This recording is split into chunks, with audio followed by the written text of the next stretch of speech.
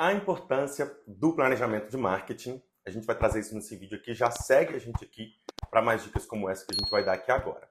Então, o planejamento de marketing ele é muito importante. Ele é um mapa que mostra o caminho para atrair mais clientes e aumentar as vendas do seu negócio. Eu vou explicar isso em partes bem simples. Já segue a gente aqui para mais conteúdo como este. E vamos lá. Antes de tudo, antes de mais nada, você deve se perguntar por que fazer um planejamento de marketing. Comece sempre pelo porquê. É o que ensina pra gente o consultor de marketing e comunicação, Simon Sinek, no livro dele com o mesmo nome. Comece pelo porquê. Já deixo essa dica aqui, inclusive, de literatura para vocês. Quando você começa pelo porquê, as coisas tendem a ter um maior propósito e significado. Ou seja, seria mais do que simplesmente jogar um monte de informação num pedaço de papel. Além disso, você consegue inspirar as pessoas à sua volta melhor quando você tem um porquê claro. Quando as pessoas acreditam naquilo que você também acredita, elas vão com você mais longe. Elas te ajudam, inclusive, a chegar lá. Agora, sem enrolação, com ou sem equipe, você precisa pensar no planejamento de marketing do seu negócio para o próximo período. Então, por que fazer um plano de marketing? Essa é a grande pergunta. Primeiro, para comunicar o seu propósito de forma clara e inspiradora. E também para você conseguir construir conexões genuínas com as pessoas. Lembre-se que é sempre sobre construir e fortalecer uma comunidade em torno de você e da sua marca. E aí as vendas vêm como consequência. Para usar melhor o dinheiro investido também na divulgação aí e otimizar os resultados. Não só utilizar melhor o dinheiro, os recursos de modo geral, o tempo, se você tem uma equipe, as pessoas, você conseguir gerir isso tudo para que traga resultados otimizados. Eu separei aqui 3 perguntas claras que você precisa responder para você conseguir fazer esse seu planejamento. Com as perguntas certas, a gente vai conseguir chegar nas respostas certas. Então, a primeira pergunta é: por quê? Essa pergunta ela guia a análise da situação atual. Onde é que o seu negócio está hoje? Qual que é o propósito real do seu negócio? É uma pergunta um pouco profunda aí, mas acho que é sempre importante a gente voltar nessa sua pergunta. Então, como que o seu propósito ele se diferencia dos concorrentes? A gente não vende mais produto ou serviço, a gente vende valor. Qual que é o valor que você está entregando? Uma ação prática para você conseguir aplicar, conseguir desenvolver melhor essa pergunta filosófica é fazer uma análise SWOT. Entender quais são suas forças, quais são suas fraquezas, quais os riscos, quais as oportunidades. Eu quero, inclusive, gravar um vídeo aqui para a gente falando mais sobre esse assunto. A segunda pergunta é: onde está o nosso cliente ideal e como que a gente faz para alcançá-lo? Com essa pergunta, você consegue direcionar a estratégia.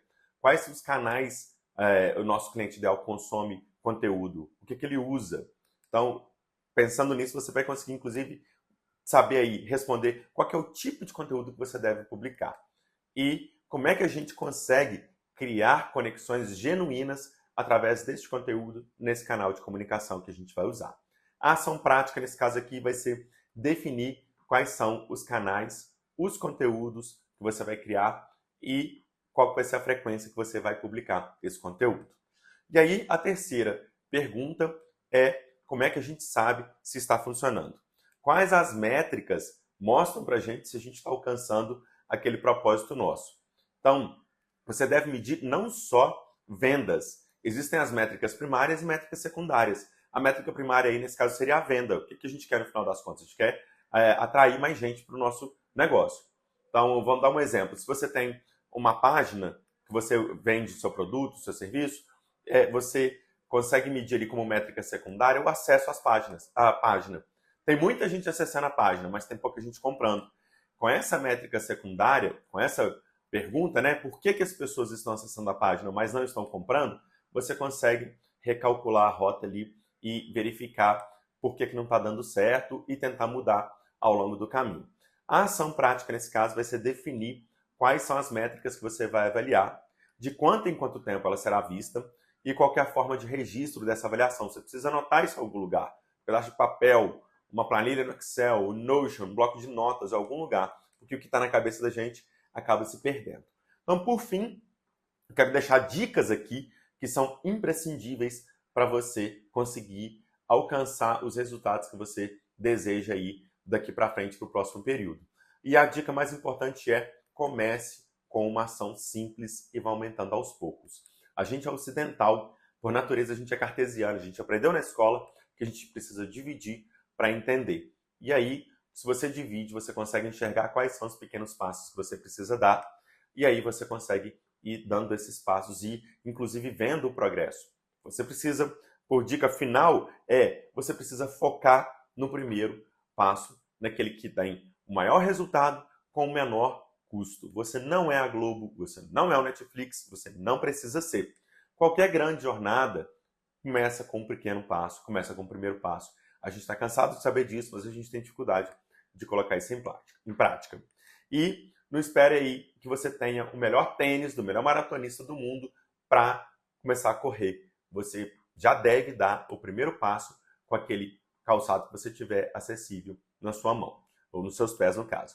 E se você gostou desse conteúdo, eu já te peço aqui para você seguir, se você não fez ainda, deixar o seu joinha e manda esse vídeo para aquele seu amigo que precisa se planejar aí para o próximo período também.